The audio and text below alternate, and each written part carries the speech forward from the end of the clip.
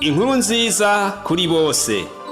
Inkuru nziza kuri bose ni ikiganiro utegurirwa kongera ugashikirizwa n'ishirahamwe Trans World Radio y'u Burundi.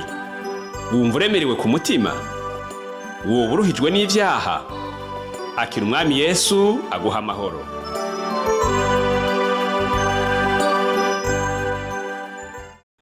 Nshuti mugenzi, munywanyi w'ibiganiro by'ishirahamwe Trans World Radio y'u Burundi, muvukanyi mukunzi w'ikiganiro inkuru nziza kuri bose, Pastor Michel Ntamubano namandaki kutegurira ngo nkaje gushikiriza, ndakuramukije amahoro y'Imana data wa twese abane nawe.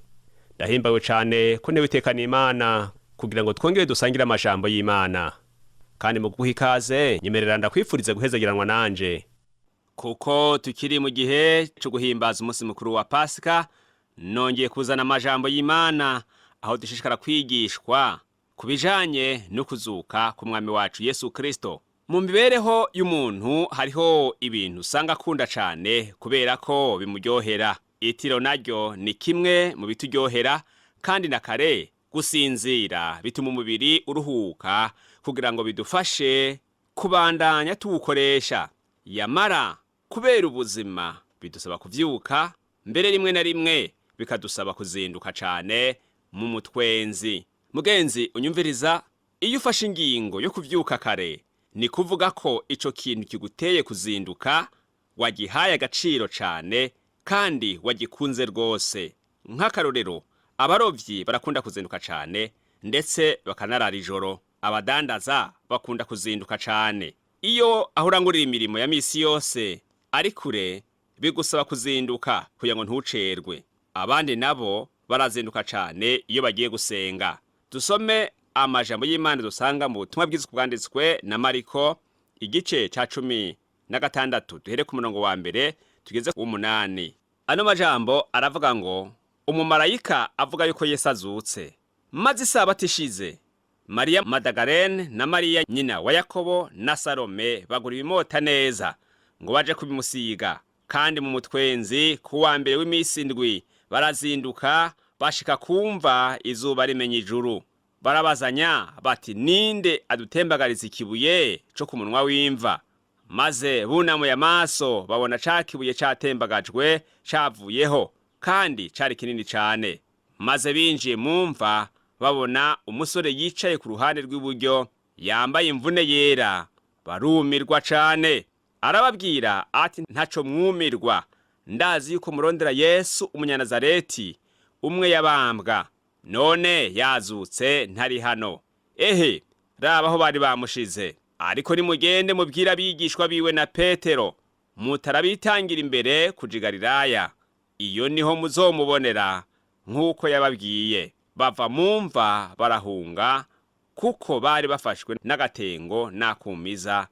Maze ntibagira ico babwira umuntu n'umwe, kuko batinye. Imana ishimwe cane. Mugenzi uriko uranyumviriza, muri ano majambo dusomye tubona abagore batatu bajanye ibimota neza kubisiga ikiziga canke umubiri wa Yesu.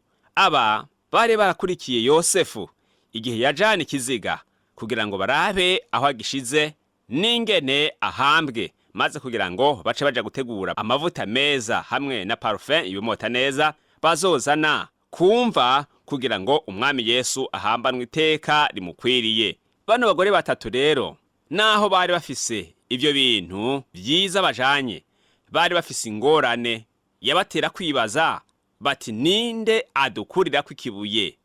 Vy'ukuri ntibari biteze ko bahava basanga imvi igaragara.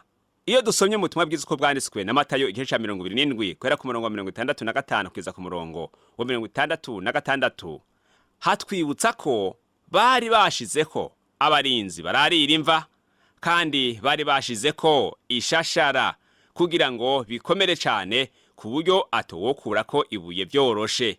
Rero uretse ko n'aba bagore atanga uvu zihagije bari bafise zo gukurako ikibuye, niyo n'abarinzi bari kubafasha ntivyari koroha.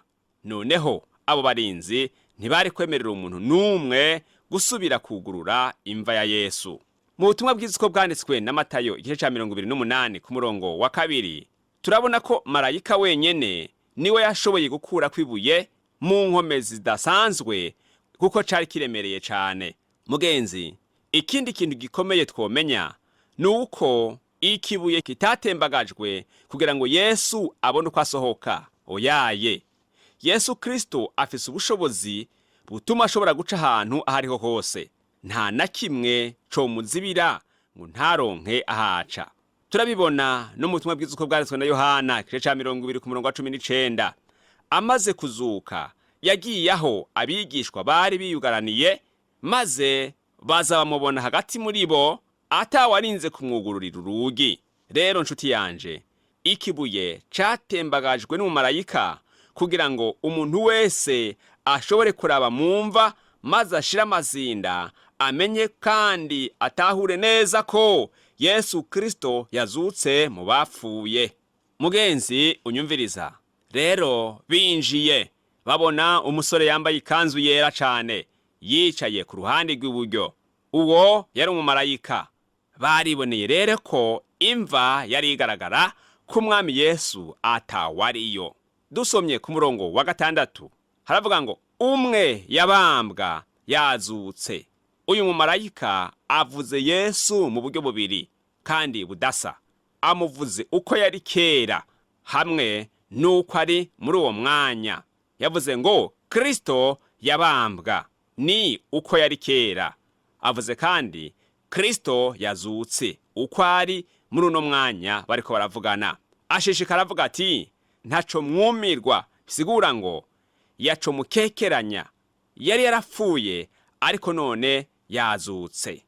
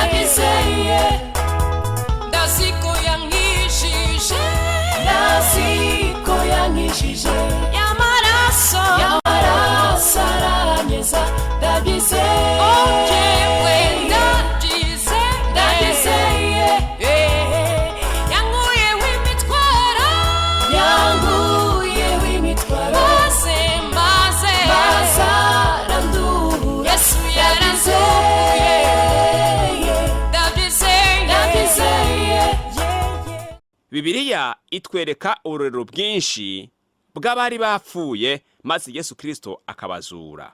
Hari wa mwana w'umupfakazi mu gihe ca Eliya, yusomye mu igitabo ca mbere c'abami igice ca 17 ku murongo wa 17 kumanuka gato. Bibiliya kandi tubwira Lazaro, yusomye mu butumwa bwiza uko bwanditswe na Yohana igice ca 11 ku murongo wa 38 kugeza ku murongo wa 44.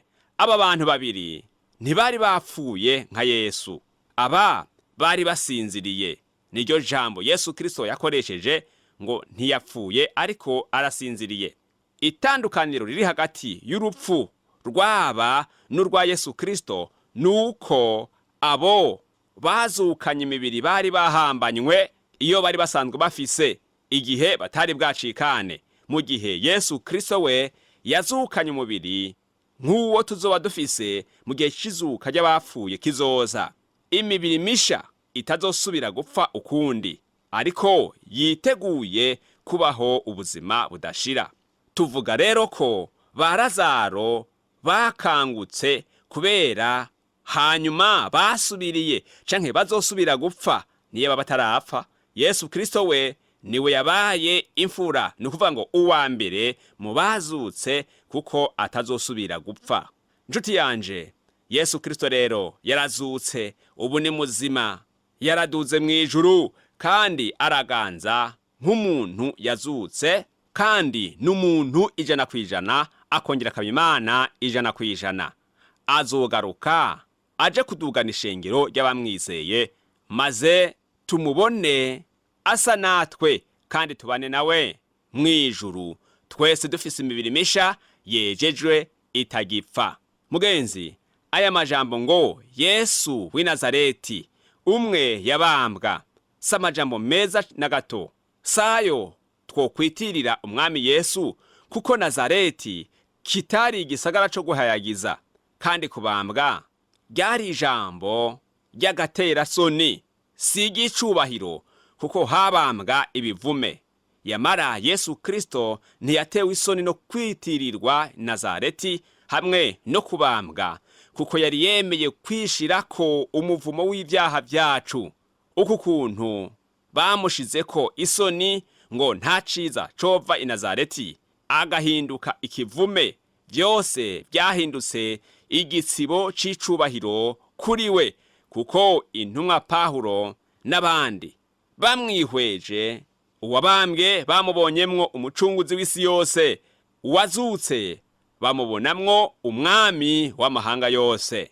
Nshuti yanje, twongere turabe uko ubuzima bw'abagore bwahindutse muri uwo mwanya bariko bavugana n'umusore ari we Marayika. Yababwiye ngo raba aho bari bamushize. Mbega wewe ushingiwe intahe ya Yesu Kristo ukayibwirwa n'umumarayika, wovyiyumvira gute?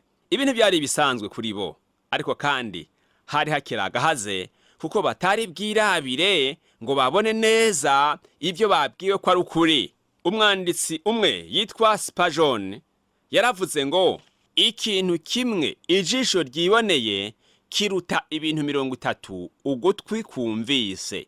Yakomeje avuga ngo abantu nibatizera ibyo wumvise, ntibazonanirwa kwizera ibyo wabonye. Nshuti yanje, babagore babonye ko aho umwami Yesu yararyamye hagaragara, baciye bamenya ko Imana itahevye umwana wayo Yesu Kristo. Ibuka ko yari yasenze agira ati, Mana yanje, niki kikumpebesheje? Ariko batamubonye hamumva, baciye babona ko Imana itamuhevye. Nubwo kiriya gihe akiri mu mabaro, Imana itaserutse ngo mutabare, ku buryo wokwibaza ngo Imana yaramuhevye by'ukuri. Ariko aha amaze kuzuka, atakiri mu kibanza bamushizemwo, byabaye igishinga ntahe cuko Imana itamuhevye. Ikindi, babonyeho yararyamye hagaragara, bamenye ko urupfu rwamizwe n'intsinzi. Haleluya.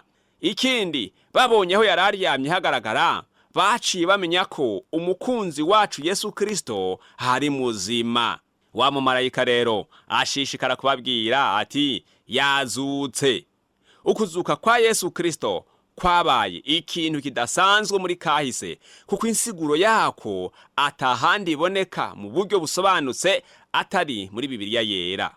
None rero birakwiye ko tumenya insiguro kuri ibi bintu bibiri, imva igaragara hamwe n'iki kivuga ngo ukuzuka. Ubwa mbere, ukuzuka kwa Yesu Kristo dusomye mu cete ntumwa Pawulo yandikiye Abaroma igice ca mbere ku murongo wa 4, kwerekanye ko ari umwana w'Imana mu buryo bw'impwemu, kubyerekanishije ubushobozi bwamuzuye mu bapfuye. Ubwa kabiri, ukuzuka kwa Yesu Kristo kuduha ivyizigiro vy'uko natwe abamwizera tuzozuka. Ibi tubisoma mu cete ca mbere Pawulo yandikiye Abitesalonike igice ca 4 ku murongo wa 14. Ubwa gatatu, ukuzuka kwa Yesu Kristo gusigura ko Imana ifise umugambi utazorangira, nukuvuga ngo umugambi uhoraho ku mibiri yacu, ko izokwambara ukutabora mu gihe cizuka. Icakane, ukuzuka kwa Yesu Kristo gusigura ko afise igikorwa kibandanya, kuko amaze kuzuka yabandanije akora imbere yuko aduzwa mu ijuru. Kandi n'ubu amaze kuduga, abaza ku Mana bose baca kuri we kuko ari we nzira. Ni ukuvuga ngo abakizwa baba babwiwe ivyiwe, maze bamaze kwizera agakiza kakabaza ko mu izina rya Yesu Kristo. Bitaye ko na bugingo n'ubu aguma dusengera ari mu ijuru. Rero abandanya adukorera.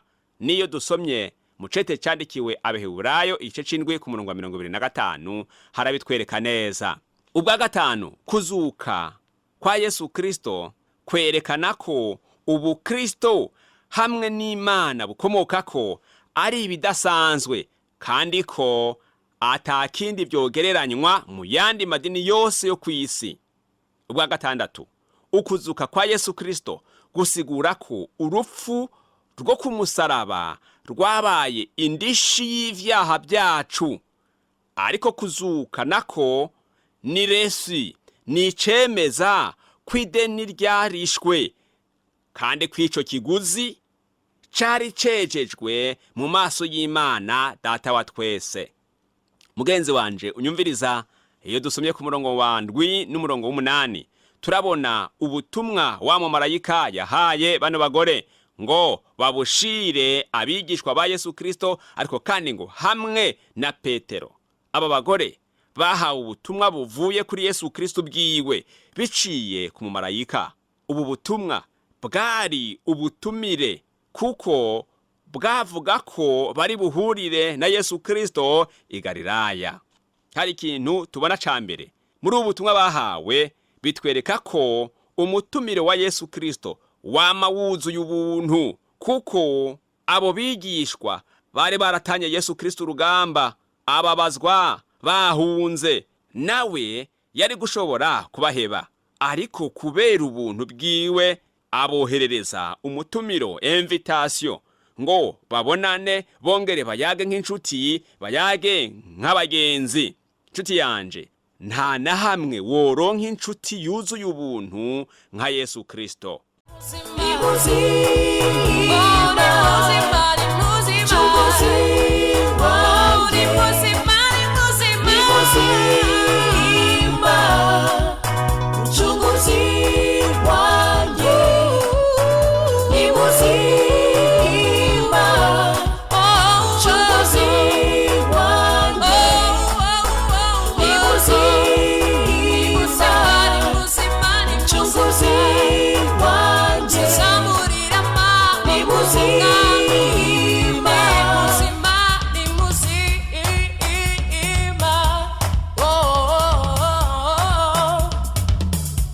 Iyo dusomye mu butumwa bwiza uko bwanditswe na Yohana igice ca 21 umurongo wa 1, tubona ko Yesu yahuriye nabo yatumiye i Galilaya hafi y'ikiyaga ca Tiberiya.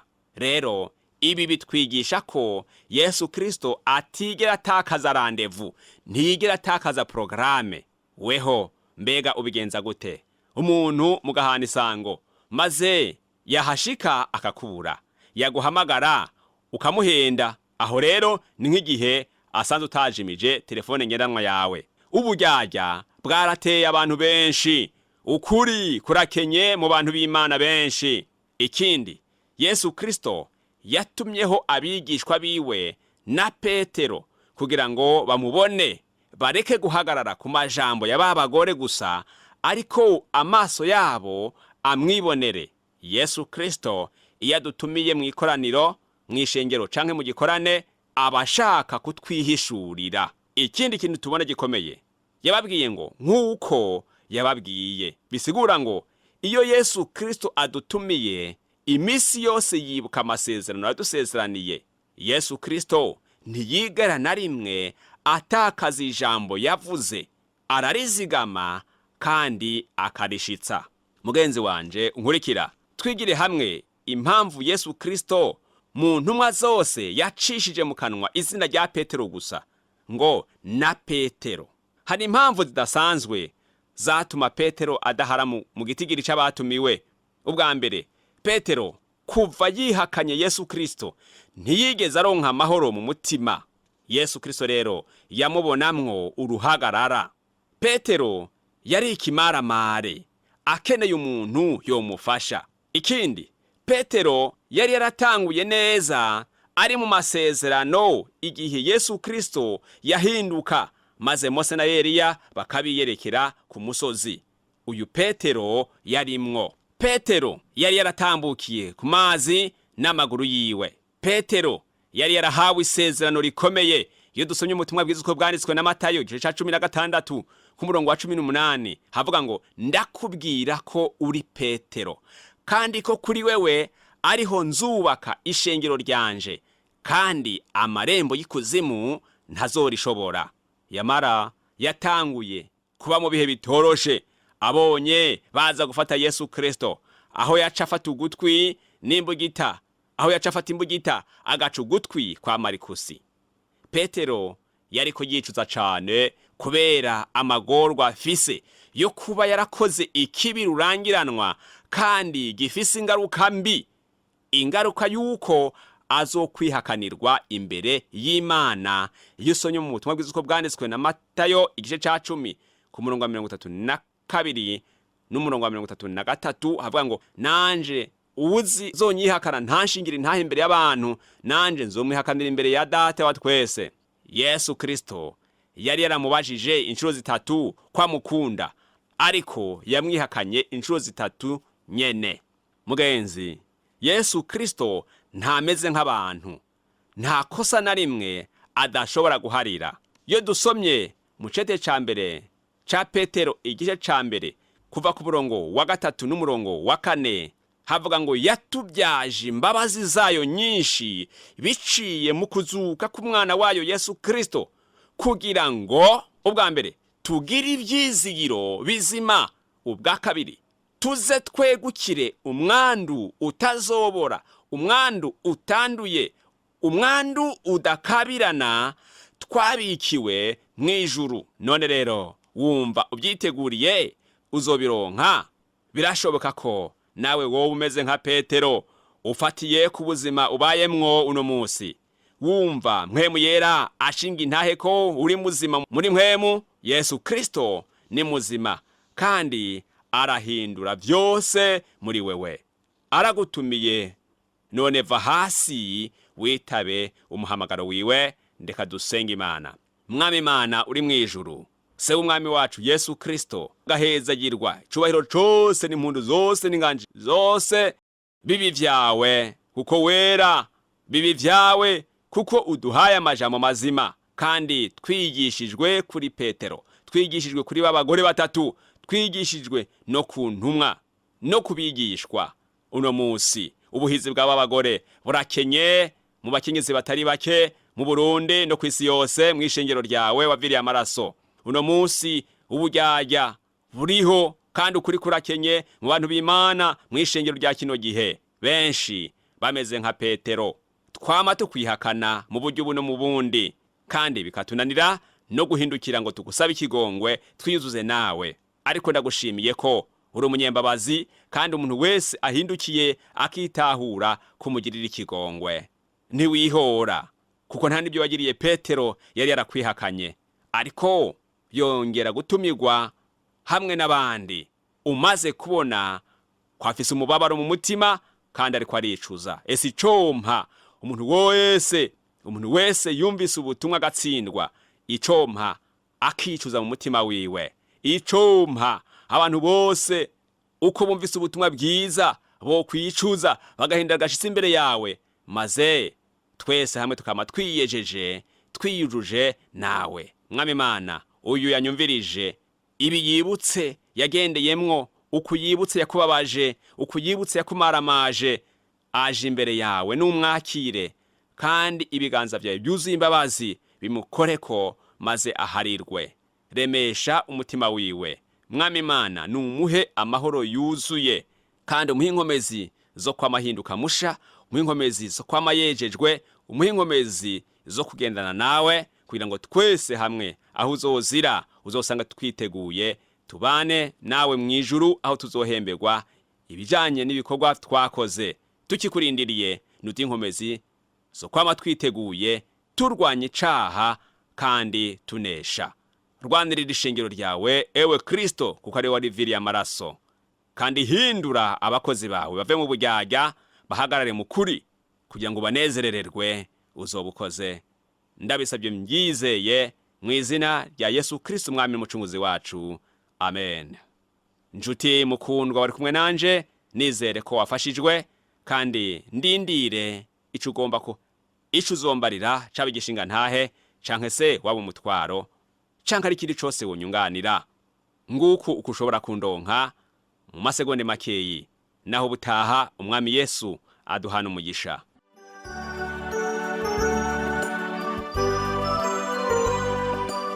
Ico cari ikiganiro inkuru nziza kuri bose. Ushaka kugishigikira, kutwunganira canke ufise ikibazo, twakure canke urungike ubutumwa bugufi na WhatsApp kuri iyi nimero ikurikira: 69 720 767. Turonderere kuri Facebook ni TWR Burundi. Ushobora no kutwandikira kuri email yitwa twrburundi@gmail.com. Ushobora no kutwakura kuri nimero 22 24 26 57 ku masaha y'akazi. Imana iguhezagire.